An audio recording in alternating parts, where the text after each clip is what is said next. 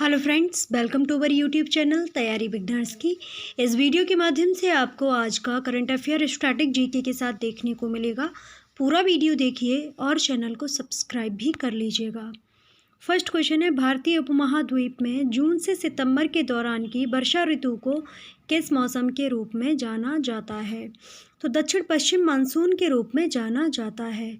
भारतीय उपमहाद्वीप में जून से सितंबर के दौरान वर्षा ऋतु को दक्षिण पश्चिम मानसून अवधि के रूप में जाना जाता है। भारत मौसम विभाग ने घोषणा की कि दक्षिण पश्चिम मानसून अंडमान और निकोबार द्वीप समूह के ऊपर आ गया है, जो इस बात का संकेत है कि जल्द ही मुख्य भूमि पर पहुंच जाएगा। अगला क्वेश्चन है, पूरे भारत में शकरकंद उत्पादन में कौन सा राज्य अग्रणी है? तो स्वीट पोटैटो उत्पादन में ओडिशा राज्य अग्रणी है। देश भर में शकरकंद के उत्पादन में ओडिशा सबसे आगे है। हाल ही में किसानों के एक समूह ने गर्मियों में बैंगनी शकरकंद की सफलतापूर्वक खेती की है, जो सितंबर और मार्च में काटी जाने वाली सर्दियों की फसल है। केंद्रीय कंद फसल अनुसंधान संस्थान के अनुसार बैंगनी शकरकंद में प्रति 100 ग्राम 90 मिलीग्राम की उच्च एंथोसाइनिन सामग्री होती है। अगला क्वेश्चन है, किस देश ने वैश्विक न्यूनतम कॉरपोरेट कर दर 15% प्रस्तावित की है? तो अमेरिका ने वैश्विक न्यूनतम कॉरपोरेट कर दर 15% प्रस्तावित की है। अमेरिका के ट्रेजरी विभाग ने हाल ही में घोषणा की कि अंतर्राष्ट्रीय निगमों को अपनी कमाई पर कम से कम 15% का भुगतान करना चाहिए। विभाग ने घोषणा की कि 15% न्यूनतम दर है और इस दर को अधिकतम बढ़ाने के लिए चर्चा जारी रखेगी। अमेरिकी कंपनी वर्तमान में 21% कर की दर का भुगतान करती हैं, जिसे पूर्व राष्ट्रपति डोनाल्ड ट्रंप द्वारा 35% से नीचे लाया गया था। राष्ट्रपति जो बाइडेन ने कर की दर को बढ़ाकर 28% रखने का प्रस्ताव रखा है। अगला क्वेश्चन है, डिप्कोवेन के संगठन द्वारा विकसित एक एंटी डिटेक्शन आधारित किट है। तो ये DRDO के द्वारा विकसित की गई है, जिसकी फुल फॉर्म होती है defence research organisation. Okay, defence research development organisation. इसका हेडक्वार्टर न्यू दिल्ली में है। 1958 में इसका गठन हुआ था और इसके जो हेड हैं वो जी सतीश रेड्डी जी हैं। DRDO रक्षा मंत्रालय के तहत कार्य करता है। रक्षा मंत्री जो हैं राजनाथ सिंह जी हैं। इनका निर्वाचन क्षेत्र लखनऊ उत्तर प्रदेश है। लखनऊ उत्तर प्रदेश की राजधानी है और ये गोमती नदी के किनारे बसा हुआ शहर है। ओके, नवाबों के शहर के नाम से भी लखनऊ को जाना जाता है और लखनऊ में जो अवध कहा जाता था उस समय, जब 1857 का रिवोल्ट हुआ था, तो उस समय अवध से जो 1857 का नेतृत्व किया था वो थी बेगम हजरत महल। अब इसके विस्तार के बारे में बात करते हैं। रक्षा अनुसंधान एवं विकास संगठन ने एक एंटीबॉडी डिटेक्शन आधारित किट विकसित की है, जिसका नाम डिप्कोवेन है, जिसका अर्थ होता है डिपास्टिक्स कोविड-19 IgG antibody microwell Elisha. Okay, लोगों के बीच कोविड एंटीबॉडी की उपस्थिति का पता लगाने के लिए इस किट का उपयोग सीरो निगरानी के लिए किया जा सकता है। यह किट स्पाइक के साथ साथ SARS-CoV-2 वायरस के न्यूक्लियोकैप्सिड प्रोटीन का पता लगा सकती है।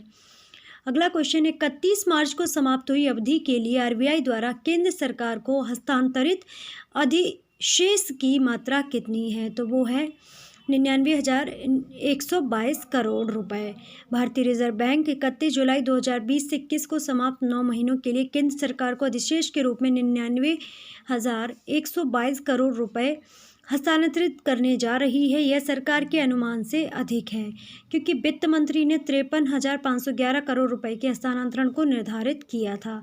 विमल जालान समिति ने कहा था कि RBI को हर समय अपनी बैलेंस शीट के 5.5% का न्यूनतम आकस्मिक जोखिम बफर बनाए रखना चाहिए। अगला क्वेश्चन है, रामसर साइट नाल सरोवर पक्षी अभयारण्य किस राज्य से संबंधित है? तो ये गुजरात राज्य से संबंधित है। रामसर स्थल या रामसर कन्वेंशन नल सरोवर पक्षी अभयारण्य जो है कहाँ पर है? तो ये गुजरात राज्य में है। और बासंदा नेशनल पार्क भी गुजरात राज्य में है। गिर नेशनल पार्क भी गुजरात राज्य में है और यहाँ पर एशियाटिक लॉयन का संरक्षण किया जाता है। अगला क्वेश्चन है, गावी का मुख्यालय कहाँ अवस्थित है? तो जेनेवा स्विट्जरलैंड में गावी का मुख्यालय अवस्थित है। अगला क्वेश्चन है, भारतीय रिजर्व बैंक की स्थापना कब हुई थी? तो 1935 को हुई थी।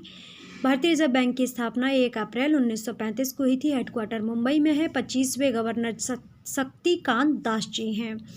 अगला क्वेश्चन है, भारतीय मौसम विज्ञान का मुख्यालय कहाँ पर है? तो भारतीय मौसम विज्ञान विभाग का मुख्यालय जो है नई दिल्ली में अवस्थित है। और 23 मई को भारतीय मौसम विज्ञान विभाग दिवस मनाया जाता है। अगला क्वेश्चन है, म्यांमार की मुद्रा क्या है? तो म्यांमार की मुद्रा क्यात होती है। म्यांमार की मुद्रा वर्मी क्यात है। अगला क्वेश्चन है, राष्ट्रीय सार्वजनिक प्रसारक प्रसार भारती क्या है? तो ये एक स्टैचुरी है, एक वैधानिक है। नेशनल पब्लिक ब्रॉडकास्टर क्या है? तो ये एक स्टैचुरी है। प्रसार भारती भारत की सबसे बड़ी सार्वजनिक प्रसारण एजेंसी है। यह संसद के एक अधिनियम द्वारा स्थापित एक वैधानिक स्वायत्त निकाय है। प्रसार भारती अधिनियम 1990 में पारित किया गया था और 1997 में अधिनियमित किया गया था। इसमें दूरदर्शन टेलीविज़न नेटवर्क और ऑल इंडिया रेडियो शामिल हैं। हाल ही में प्रसार भारती ने एक अंतर्राष्ट्रीय चैनल शुरू करने के लिए एक सलाहकार के लिए एक निविदा जारी की है। डीडी इंटरनेशनल की स्थापना के लिए एक विस्तृत परियोजना रिपोर्ट आमंत्रित की गई है। अगला क्वेश्चन है, पर्यावरण विज्ञान के संदर्भ में हाल ही में खबरों में रहा A76 क्या है? तो ये एक हिमखंड है। यूरोपीय अंतरिक्ष एजेंसी ने हालिया आंकड़ों के अनुसार अंटार्कटिका में रोन आइस शेल्फ के पश्चिमी हिस्से से टूटकर आइसबर्ग A76 अब वेडेल सागर पर तैर रहा है। इसे दुनिया का सबसे बड़ा हिमखंड कहा जा रहा है क्योंकि लगभग 170 किलोमीटर लंबा और 25 किलोमीटर चौड़ा है। अंटार्कटिका की बर्फ़ की चादर बाकी ग्रह की तुलना में तेज़ी से गर्म हो रही है, जिससे वेडेल सागर के आसपास बर्फ़ पिघल रही है। बर्फ़ के आवरण और ग्लेशियर तेज़ी से कम हो रहे हैं। अगला क्वेश्चन है, सरकार ने DAP उर्वरक सब्सिडी में 140% की वृद्धि की है। DAP का अर्थ क्या होता है? तो डायमोनियम फास्फेट DAP का अर्थ होता है। केंद्र सरकार ने डायमोनियम फास्फेट उर्वरक सब्सिडी को 12,000 रुपये प्रति बोरी तक बढ़ाने की घोषणा की है। अंतर्राष्ट्रीय स्तर पर फास्फोरिक एसिड, अमोनिया आदि की बढ़ती कीमतों को ध्यान में रखते हुए उर्वरक की कीमतों के मुद्दों पर एक उच्च स्तरीय बैठक में यह निर्णय लिया है। 140% वृद्धि के साथ अब सब्सिडी 500 रुपये प्रति बैग से बढ़ाकर 1200 रुपये प्रति बैग कर दी गई है। अगला क्वेश्चन है, सतपुड़ा टाइगर रिजर्व जिसे यूनेस्को की विश्व धरोहर स्थलों की संभावित सूची में जोड़ा गया है, भारत के किस राज्य में है?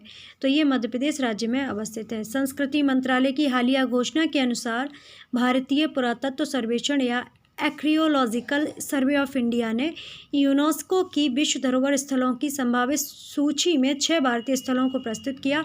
इन 6 स्थलों में मध्य प्रदेश के सतपुड़ा टाइगर रिजर्व, वाराणसी का प्रतिष्ठित रिवर फ्रंट, कर्नाटक में हीरे बैंकल मेगालिथिक साइट, महाराष्ट्र में मराठा सैन्य वास्तुकला, नर्मदा घाटी जबलपुर में भेड़ा घाट, लमेता घाट और कांचीपुरम तमिलनाडु के मंदिर अवस्थित हैं। अगला क्वेश्चन है, INDRP एट्रियल ट्रिब्यूनल जो कि हाल ही में सुर्खियां बटोर रहा था, वह किस क्षेत्र से जुड़ा था?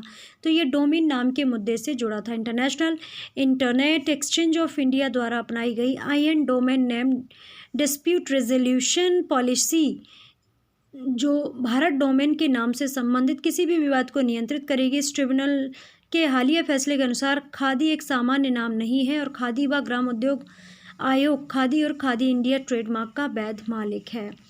अगला क्वेश्चन है, अंतर्राष्ट्रीय मध्यस्थता न्यायालय का मुख्यालय कहाँ पर है? तो ये पेरिस में अवस्थित है। अंतर्राष्ट्रीय मध्यस्थता न्यायालय इंटरनेशनल कोर्ट ऑफ आर्बिट्रेशन का मुख्यालय पेरिस, फ्रांस में अवस्थित है। अगला क्वेश्चन है, दिसंबर 2020 को टेस्ला के वर्तमान CEO कौन थे? तो वो थे एलन मस्क। एलन मस्क दिसंबर 2020 तक टेस्ला के संस्थापक और CEO हैं। हाल ही में एलन मस्क ने बिल गेट्स की जगह दुनिया के दूसरे सबसे अमीर व्यक्ति बनने का खिताब जीत लिया है। अगला क्वेश्चन है, अरुण जेटली स्टेडियम कोलकाता में किस स्टेडियम का नाम बदलकर रखा गया था? तो फिरोजशाह कोटला स्टेडियम का नाम बदलकर रखा गया है। भारत के पूर्व वित्त मंत्री को सम्मानित करने के लिए नई दिल्ली से फिरोजशाह कोटला स्टेडियम का नाम बदलकर अरुण जेटली स्टेडियम रखा गया था। दिसंबर 2020 को गृह मंत्री अमित शाह ने अरुण जेटली स्टेडियम की प्रतिमा का अनावरण भी किया था। और यहाँ पर ये कोलकाता लिखा गया है, तो यहाँ नई दिल्ली होगा। ओके, अगला क्वेश्चन है, दिसंबर 2020 तक द्वीप और दमन के लेफ्टिनेंट गवर्नर और प्रशासक कौन थे? तो वो थे प्रफुल्ल खोड़ा पटेल जी। प्रफुल्ल खोड़ा पटेल दिसंबर 2020 तक द्वीप और दमन और दादरा नागर हवेली केंद्र शासित प्रदेशों के लेफ्टिनेंट गवर्नर और प्रशासक थे। अगला क्वेश्चन है, भारतीय बीमा विनियामक और विकास प्राधिकरण की स्थापना कब की गई थी? तो ये 1999 में की गई थी। भारतीय बीमा विनियामक और विकास प्राधिकरण IRDAI insurance regulatory and development authority of India की स्थापना 1999 में हुई थी। तो ये थे आज के करंट अफेयर्स के क्वेश्चन। कैसा लगा आपको वीडियो ज़रूर बताइए। लाइक कमेंट शेयर करने के साथ साथ चैनल को सब्सक्राइब भी कर लीजिएगा और पास में दी गई बेल आइकन को प्रेस कर लीजिएगा। अभी 2-3 दिन से वीडियोज़ अपलोड नहीं हो रही थी due to health issue and मेरे ब्रदर की मैरिज भी थी, इस वजह से ऑडियो वीडियो कुछ भी अपलोड नहीं हो रहे थे। अब कंटिन्यू आपके वीडियोस अपलोड होते रहेंगे, केमिस्ट्री क्लासेस भी आती रहेंगी, आप करंट अफेयर्स भी देखिए और PDF लेने के लिए आप टेलीग्राम ग्रुप को ज्वाइन कर लीजिएगा, वहाँ से आपको PDF मिल जाएगा। ओके, वीडियो के डिस्क्रिप्शन में ही आपको लिंक मिलेगा। ऑडियो सुनना चाहते हैं तो खबरी पॉडकास्ट प्लेटफॉर्म का भी ऑडियो लिंक जो है आपको मिल जाएगा, वहाँ से आप सुन सकते हैं जो भी आप शॉर्ट फॉर्म में न्यूज़ सुनना चाहते हैं वे। ओके, तो कैसा लगा आपको वीडियो ज़रूर बताइए। लाइक कमेंट शेयर सब्सक्राइब करने के साथ साथ चैनल का बेल आइकन भी प्रेस कर लीजिएगा और जहाँ तक रीच हो आपकी वीडियो को ज़्यादा से ज़्यादा शेयर कीजिएगा। कमेंट सेक्शन में अपने ओपिनियन, सजेशन एंड कमी बड़ी जो भी लगती है सब लिखिएगा। आप सभी का बहुत बहुत धन्यवाद वीडियो वॉच करने के लिए। Have a great day.